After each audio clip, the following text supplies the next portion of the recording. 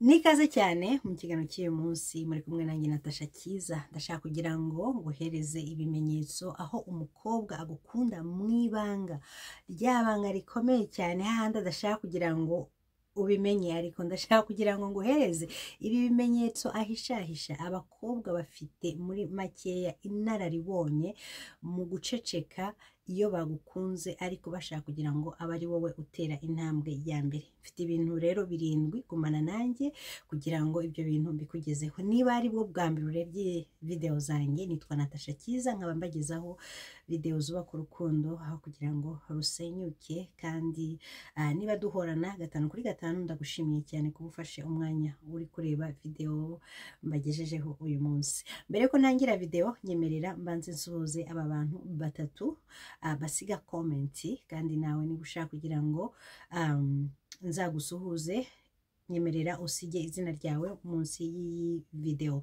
Umuntu wa mbere rero akaba ari Elize Nijimbere, akaba ari ndakeka ari umurundi. Wa kabiri akaba ari Emma Diaz, wa gatatu akaba ari Isabelle B2D. Ndabasuje cyane, mbifuriza ibihe byiza aho muherereye hose. Okay, ntabatindiye rero, reka tujye muri video y'uyu munsi. Nkuko nabivuze rero, abakobwa bagukunda mu ibanga. Uyu mukobwa surtout urimo uratekereza muri iyi minsi agukunda mu ibanga, ariko hari amarenga menshi abicisha mu nshaka kugira ngo ngusobanurire. Ikintu cya mbere nuko uzasanga uyu mukobwa avuga ibyo atishimiye ku crush we cyangwa se ku muntu ashobora kuba yakunze. Nta kindi ashaka kugira ngo umenye, nuko ashaka kugira ngo arebe yuko muri makeya muri hamwe cyangwa se muzakomezanya nawe. So uyu mukobwa uzasanga akenshi akubwira indirectement ibyo atishimira mu buzima bwe iyo ari mu rukundo. Urugero, uzasanga complaininga yuko sinkunda umusore muri makeya utamahag, ntago nkunda umusore utanzanira indabo, ntago nkunda umusore utameze gutya na gutya. Guess what? Nicyo ari kukumenyesha kano kanya, nuko ari kukwereka ibyo atishimiye. Maybe arebe yuko you are the right one, yuko wabihindura ukamuzanira ibyo ngibyo ari kubikubwira, cyangwa se akaba ari kubikubwira kugira ngo uzabikoreshe muri future. Avuga ibiri positif, akavuga n'ibiri negatif. Urugero, akavuga ati nkunda ku mazi cyane, nkunda yuko maybe one day nazajya Dubai, cyangwa se one day nazajya ahantu runaka. So ibi byose ari kukubwira nuko muri make ashaka kugira ngo ubishyire mu gaseke upfundikire, kuko one day uzagapfundura ibyo bintu byose yakubwiye ubishyira mu bikorwa, kuko nicyo kintu kimuzanira umunezero, kandi nicyo ushaka kugira ngo muri make umuntu mukundana hazabe hari umunezero umunsi ku wundi. Yes. Ikindi ahangaha nuko ashaka kugira ngo arebe yuko uburyo usubiza ibi bibazo nabyo ni mu mutego. So niba akubwiye yuko yanga ibintu ibi n'ibi, akabona yuko muri make biciye amazi cyangwa se ubishyize hasi, wenyine ahita amenya ati uyu muntu ni uwo gukomezanya nawe cyangwa se si uwo gukomezanya nawe. So uburyo usubiza nabyo bimuha ibisubizo byihuse cyane. Ikindi ahangaha kandi uzasanga yuko ashaka kugira ngo akumenyeshe 100% yuko ari free, nta muntu bari kumwe nawe, kuko akenshi ubona yuko abigarukaho akwereka yuko ari single cyangwa se nta muntu bari kumwe nawe. Arabivuga cyane akakubwira ati njyaho kugira ngo nkundane n'abantu bameze kuriya nakwigumira ukomeze kano kanya. So nikikwereka yuko ari kuguhereza karibu, akwereka yuko muri makeya ibintu bimeze neza mu buzima bwe, ahubwo ashaka kugira ngo utere intambwe. Ikintu cya kabiri ahangaha uzasanga uyu mukobwa yibanda cyane ku bintu ukunda, ibintu bikuzanira umunezero, ibintu muri makeya bigushimisha. Uzasanga akenshi abiparticipamo kugira ngo muri makeya akubone wishimye. Ikindi ibintu bimutera amatsiko cyane kuri wowe, ukabona nabyo muri make abyibanzeho. Reka nguhe urugero kano kanya.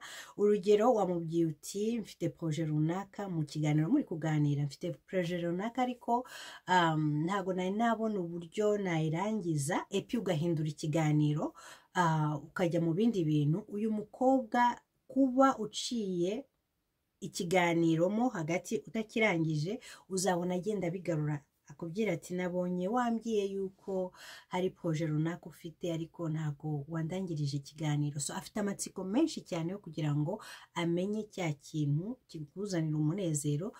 Ikindi usange yuko ashaka kugira ngo akumenye neza, muri make abe very close to you, mu marangamutima yawe ayuhire, donc I'm making sure yuko wishimye.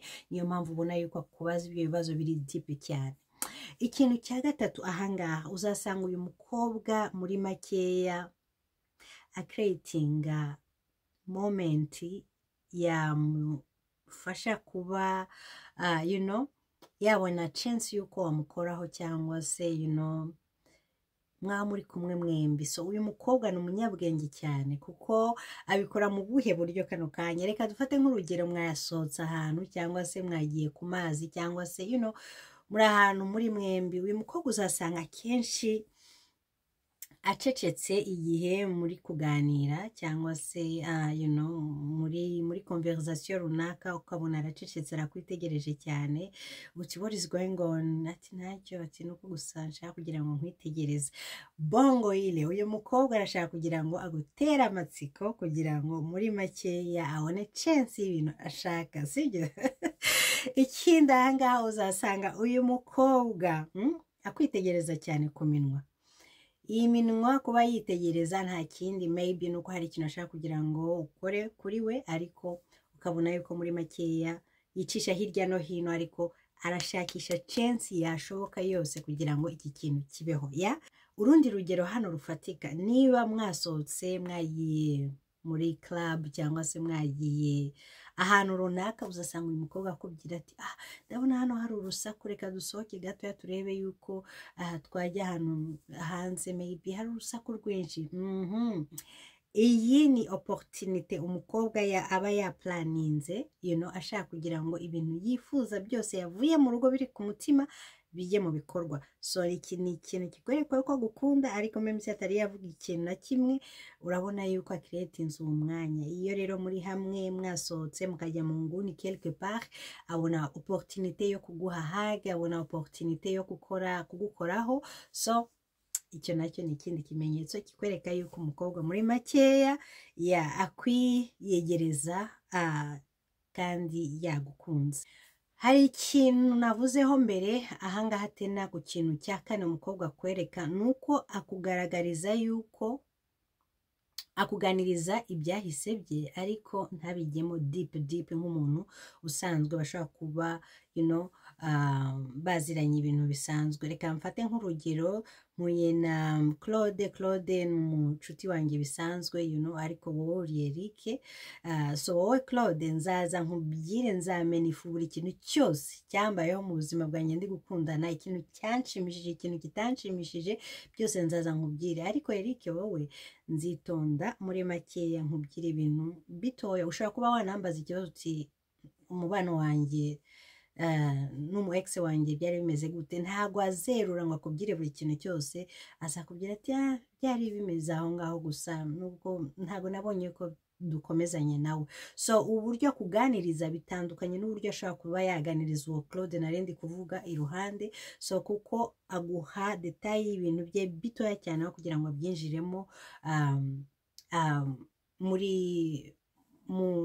ntago aguhereza ubusobanuro bwimbitse cyane ku bintu bishobora kuba byaramubayeho mu rukundo. Icyo rero nacyo ni ikimenyetso simusiga, nuko ashaka kugira ngo akwereke yuko muri makeya ari single kandi ibintu bye byose byarangiye, atagikundana n'abandi bantu. Ikindi uko ashaka kugira ngo niba koko yabigusobanuriye, yaguhaye ayo masinye, umwereke yuko uri different, utameze nk'abandi, yuko ushaka haguruka kandi mugakomezanya nawe kandi ibintu bikamera neza. So nuko akeneye kugira ngo umuhereze ayo magambo meza ashobora kuba ari muri wowe, amuhumuriza kandi amwereka yuko aho uri muri makeya azatuza kandi azagira umunezero. So nicyo ashaka kugira ngo amenye, niba akubwiye yuko niba yakuganirije ku byahise bye bikeya ariko ntabiguhereze muri detaye. Ikindi ni uko ahangaha ashaka kugira ngo umwibagize ibyamubayeho, maybe ko yababaye, nubwo se atabiguhaye muri detaye nini, ariko arashaka kugira ngo amakinge sure yuko uzamwibagiza buri kintu cyose, nubwo se atabikubwiye ariko arakubona yuko you are the right one muri kano kanya. Urabona yuko afunguye urugi ku bwawe, so ntiwiteshe aya mahirwe, muri makeya umusubiza inyuma. Ikintu cya gatanu ahangaha uyu mukobwa akoresha imbaraga zikomeye cyane za rukuruzi mu myambarire kugira ngo muri make amakinge sure yuko agufite mu biganza bye 5/5. Arambara kugira ngo muri makeya akunyure umunsi ku wundi, kandi urabibona every day iyo akunyuzeho, iyo akuganirije, uko ahumura, uko ameze kose, urabibona yuko binyura umutima wawe.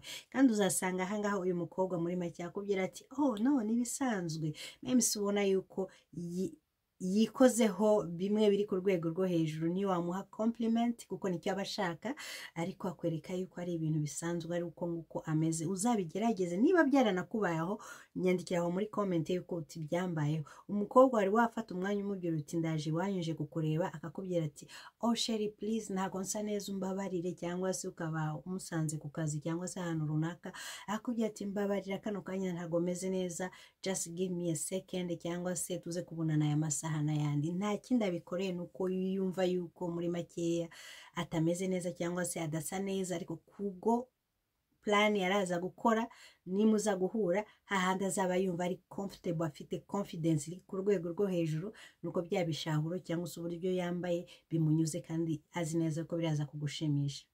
Ikintu cya gatandatu ahangaha uzasanga umukobwa akuganiriza ku bihe bizaza. Ahangaha nta kindi abikorera, nuko ashaka kugira ngo akugerageze arebe yuko muri makeya muri kumwe nawe 5/5, ntashaka kugira ngo awestinge time ye.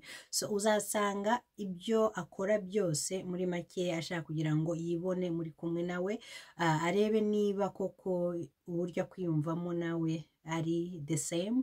Nk'urugero, niba muri ku ishuri kano kanya mufite projet runaka, uzasanga ashaka kugira ngo mukorane nka team, cyangwa se mukore niyo byaba ari no ku kazi cyangwa se mu buzima busanzwe, ikintu icyo ari cyo cyose cyatuma muhuriza hamwe.